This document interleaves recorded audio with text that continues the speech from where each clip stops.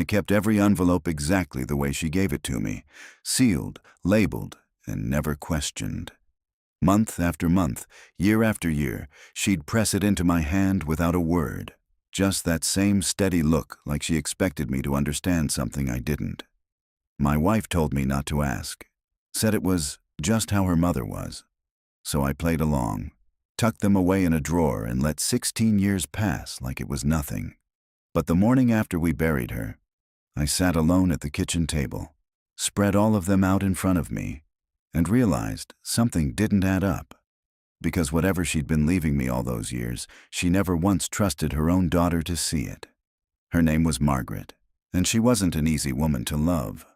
Lived her whole life in Pittsburgh, same brick house, same habits, same sharp eyes that missed nothing. When I married her daughter, Elaine, I thought I understood what I was getting into. But I didn't. Nobody really did. Margaret had a way of making you feel like you were being measured, even when she said nothing at all. First time she handed me one of those envelopes, we were standing in her kitchen. Sunday dinner, pot roast still on the table, Elaine washing dishes behind me. Margaret just wiped her hands on a towel, looked me straight in the eye, and said, "This is for you." No explanation, no smile. I remember asking, "What is it?" She shook her head once. "Not for now." Elaine didn't even turn around. Just said, "Take it, Frank." So I did. And that became our routine. First Sunday of every month, dinner, silence, and then the envelope. Always sealed. Always my name written in that tight, careful handwriting of hers. Sometimes I'd catch her watching me tuck it into my jacket like she was waiting for something. But I never gave her anything back. I didn't know what she wanted. Over the years, it started to get under my skin. I asked Elaine once, late at night, "You ever wonder what's in those things?" She didn't even look up from her book.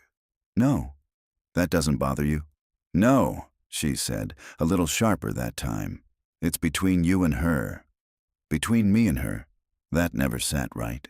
Because Margaret barely spoke to me otherwise. No small talk, no warmth. Just those envelopes.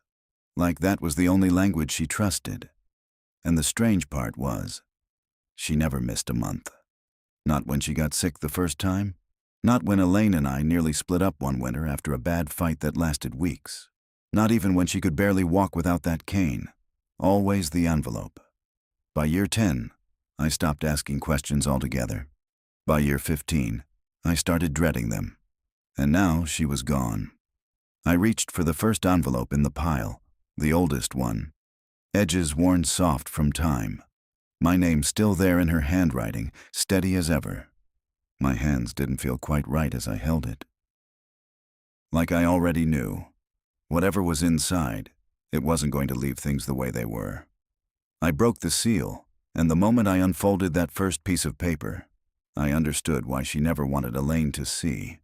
The paper inside wasn't money. It wasn't instructions either.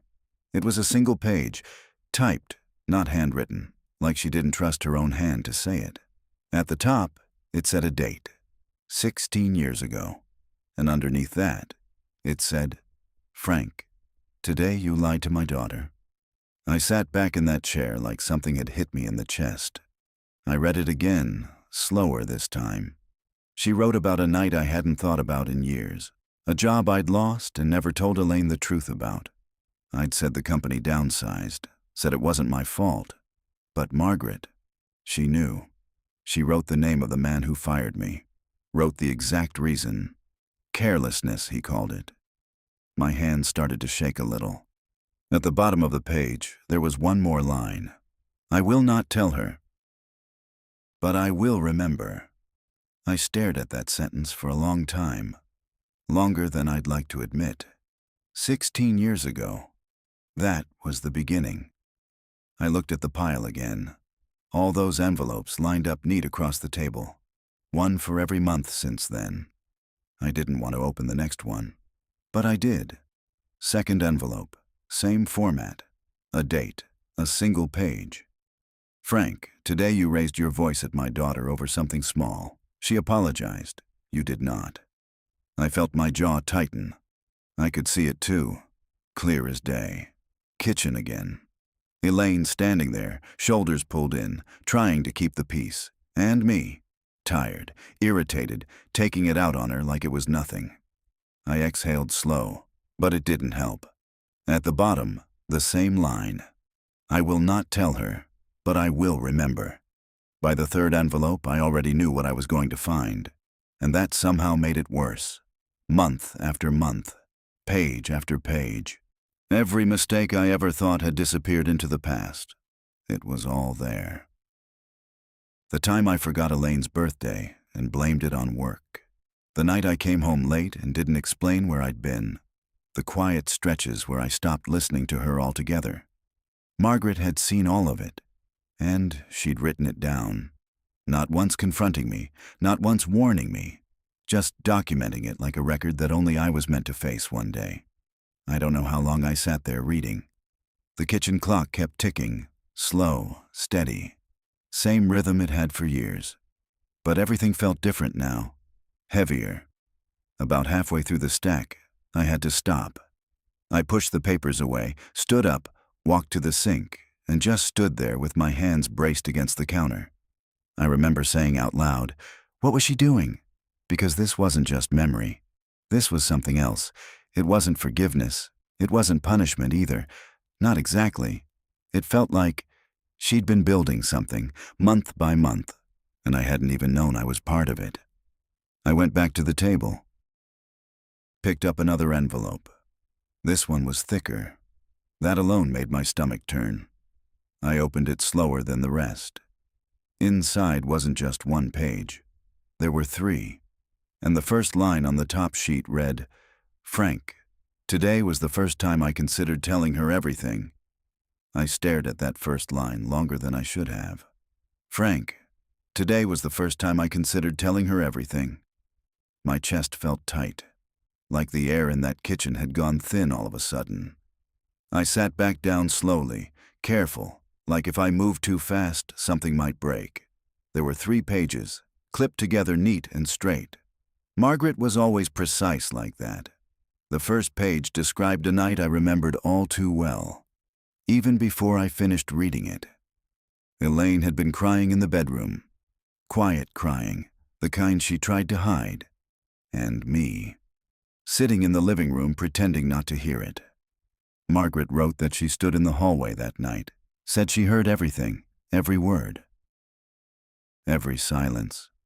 I swallowed hard reading that part, because I remembered thinking back then that no one else knew, that it was just between me and my wife. I was wrong. The second page was different. It wasn't just what happened. It was what Margaret almost did about it. "I walked to the phone," she wrote. "I thought about calling her into the kitchen and telling her what kind of man she married." My fingers tightened around the paper. "But I didn't," the next line said, "because I needed to be sure of something first." That line stuck with me. Needed to be sure of what? I turned to the third page. That's where it changed. There was no date at the top of that one. Just my name. "Frank," it said, "I am watching to see if you become better, or if this is who you choose to remain." I leaned back in the chair and closed my eyes for a moment. All those years, I thought Margaret was just cold, distant, hard to please. But she wasn't distant. She was watching, measuring, waiting. I opened my eyes again and looked at the pile on the table. It didn't feel like envelopes anymore.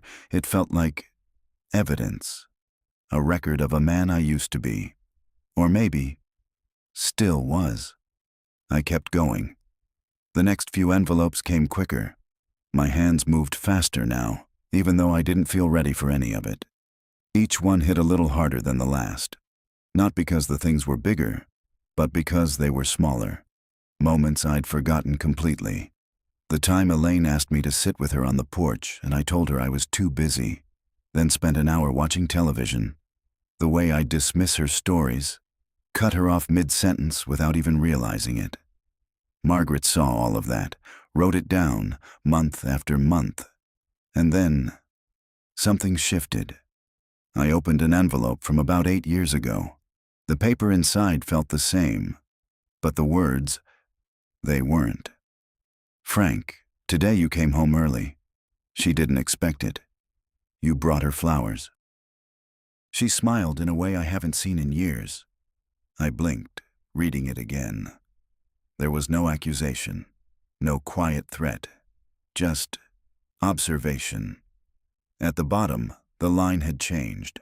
I am still watching. I felt something in my chest loosen, just a little. I reached for the next one. Another small moment. I'd fixed something around the house without being asked. Sat with Elaine through one of her long stories about work. Listened, really listened. I see effort, Margaret wrote. I don't know why that hit me harder than the rest, but it did, because I hadn't known she was still keeping track.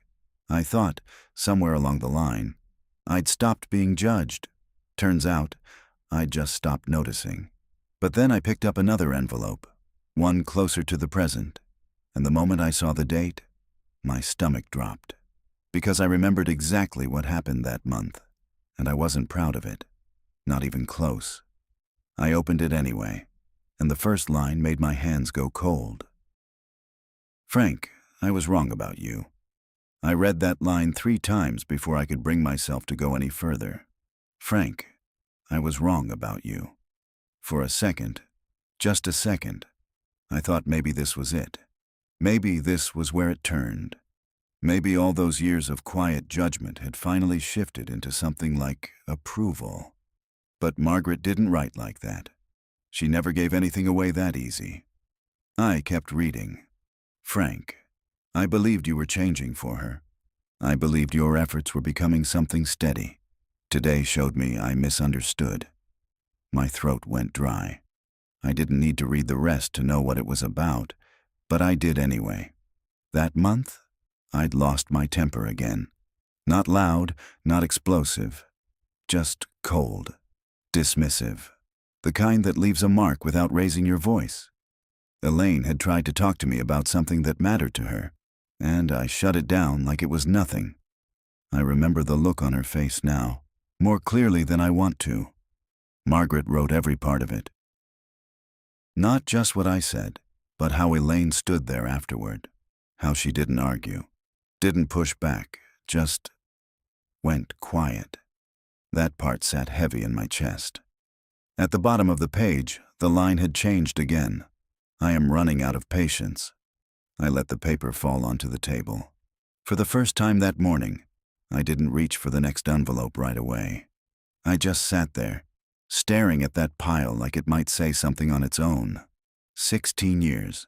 16 years of her watching me, measuring me, deciding month by month what kind of man I was. And I never knew. Or maybe I didn't want to know. I picked up the next envelope. Then the next. The tone shifted again, but not in a way that gave me any comfort. Shorter notes now, sharper. Frank, you are slipping. Frank, she deserves consistency, not moments. Frank, I see her adjusting to you instead of you rising to meet her. That last one. That one stayed with me. Because it was true. Elaine had changed over the years. Got quieter. Easier. Less likely to argue. Less likely to ask for anything at all. Back then, I told myself that meant things were better. Now, sitting there with those pages in front of me, I started to understand what it really meant. She had stopped expecting anything from me. And Margaret, she saw that happen in real time. I kept going, even when I didn't want to. The envelopes near the end felt heavier somehow. Not physically, just the weight of what they might say. Then I reached the last one, the final envelope she ever gave me. Still sealed. Still perfect, like all the others. I held it in my hands for a long moment. This one. This was the last thing she chose to leave me. Not her daughter. Me. That thought alone made something twist deep in my stomach. I opened it carefully. Inside, there was no typed page, just a single sheet of paper, handwritten this time. That alone made my pulse pick up. Margaret never used her own handwriting for these, not once in 16 years. Until now. My name was at the top. Frank. That was it for the first line. No date, no explanation. I kept reading, and somewhere halfway down that page, I felt my entire body go still, because what she wrote there, it wasn't about the past anymore. It was about something I had done, recently. Something I hadn't told anyone. Something Elaine never knew. And somehow, Margaret did. My hands didn't move for a while after I read that line. I just sat there, staring at her handwriting like it might change if I looked at it long enough. It didn't. Frank, last Thursday you stopped on Grant Street and sat in your car for 40 minutes before coming home. I felt something drop inside me, heavy and sudden, because that was true. Every word of it. I hadn't told Elaine. I hadn't told anyone. Hell, I barely admitted it to myself. I just said I got stuck in traffic. Same excuse I'd used 100 times over the years. But Margaret, she knew where I was, how long I sat there. I kept reading. You turned off the engine. You held the steering wheel and stared ahead like you were deciding something. My chest tightened. I could see it clear as day now. The streetlight flickering above me, the windshield reflecting my own face back like I didn't recognize the man looking out.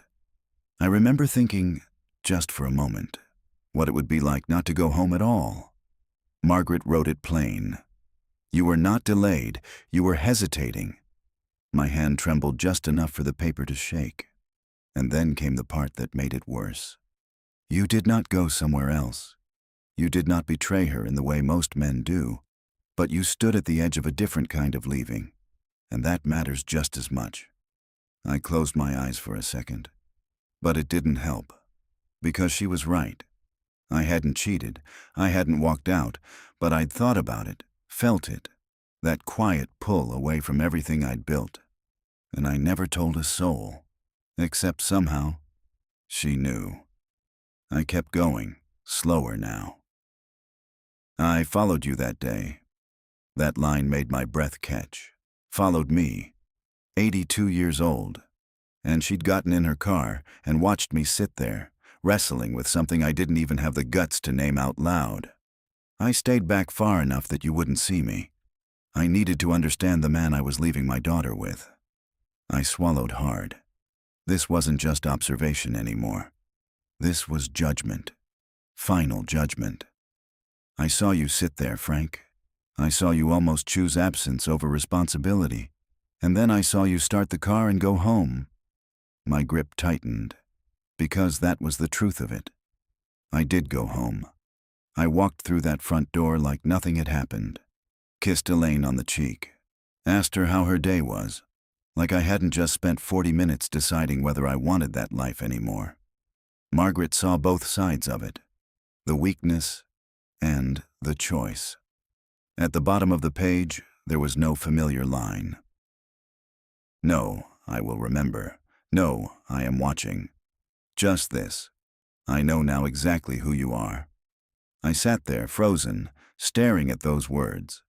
16 years, and it all came down to that.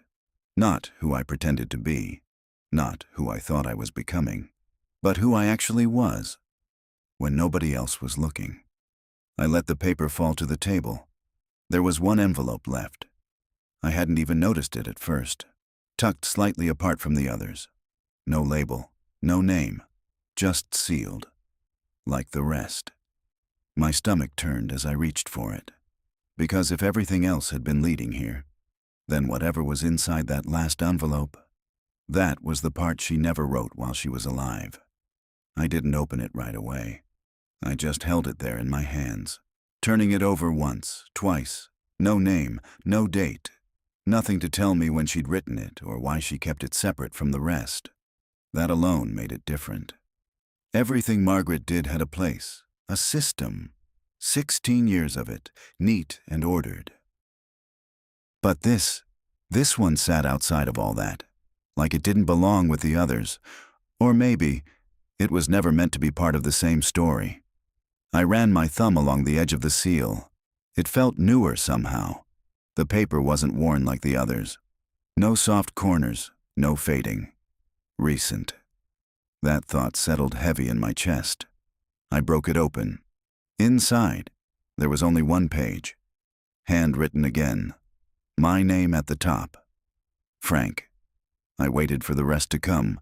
The explanation, the judgment, something to tell me where I stood after everything she'd seen. But the next line wasn't about me. It was about Elaine. When you read this, I will be gone. She will still be there, sitting across from you, trusting the version of you she believes in. I felt my throat tighten. I hadn't even heard Elaine come into the kitchen, but she was there, standing in the doorway, quiet, like she'd been there a while, watching me. I didn't look up yet. I couldn't. My eyes stayed on the page. I chose not to tell her the truth of you, not once, not in 16 years. That was my decision, and I will carry it with me.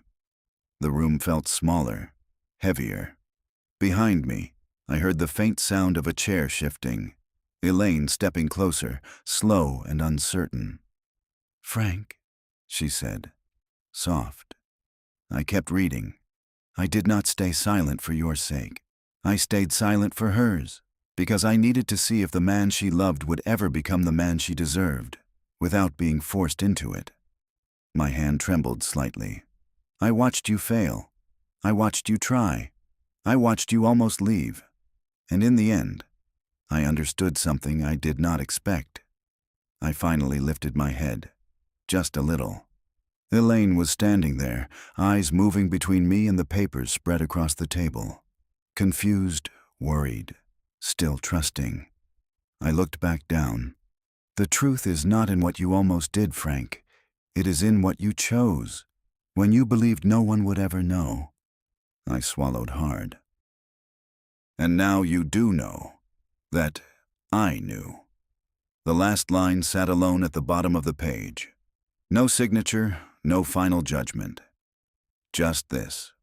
What you do next will be the only thing that matters. The room went quiet, completely still. I folded the paper slowly, placed it on top of the others with hands that didn't quite feel like mine. Elaine stepped closer. "What is all this?" she asked. I looked at her then, really looked. 16 years, and I wasn't sure I'd ever done that the way I should have. My mouth opened, but nothing came out. Not yet. Because for the first time in a long time, I didn't know which version of myself was about to speak. If this story meant something to you, subscribe. There's more to come.